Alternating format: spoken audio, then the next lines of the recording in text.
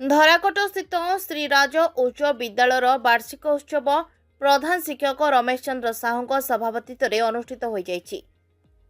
ଏଥିରେ ମୁଖ୍ୟ ଅତିଥି ଭାବେ ବିଡିଓ ସଂଗ୍ରାମ କେଶରୀ ଜେନା, ସମ୍ମାନିତ ଅତିଥି ଭାବରେ ସରକାରୀ ସ୍ନାତକ ମହାବିଦ୍ୟାଳୟର ଅଧ୍ୟକ୍ଷ ଡକ୍ଟର ସୁଜିତ କୁମାର ପଣ୍ଡା, ଏନ୍ ଉଚ୍ଚ ମାଧ୍ୟମିକ ବିଦ୍ୟାଳୟର ଅଧ୍ୟକ୍ଷ ଅକ୍ଷୟ ପଟ୍ଟନାୟକ, ଡାକ୍ତର ସଚିଦାନନ୍ଦ ବିଷୋୟୀ, एसएमसी सभापति पूर्णचंद्र नायक प्रमुख उपस्थित रही छात्र-छात्री मानकु श्रृंखलित हेबा, चरित्र गठन, प्रतियोगितामूलक भाव में अध्ययन पर उत्साहित करथिले।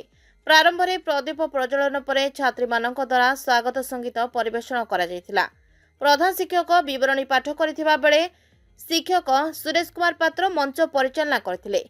ଏହି ଅବସରରେ ବିଭିନ୍ନ ପ୍ରତିଯୋଗିତାରେ ଉତ୍ତୀର୍ଣ୍ଣ ହୋଇଥିବା ଛାତ୍ରଛାତ୍ରୀ ମାନଙ୍କୁ ପୁରସ୍କାର ପ୍ରଦାନ କରାଯାଇଥିଲା। ଶେଷରେ ସାଂସ୍କୃତିକ କାର୍ଯ୍ୟକ୍ରମ ପରିବେଷଣ କରାଯାଇଥିଲା। Bureau report, express Odisha.